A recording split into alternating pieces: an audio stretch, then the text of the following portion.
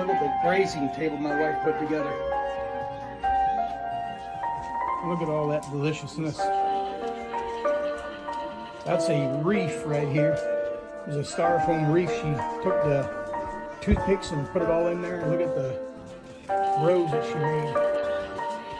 And then the trees. Fruit tree, meat tree, cheese on it, veggies on it.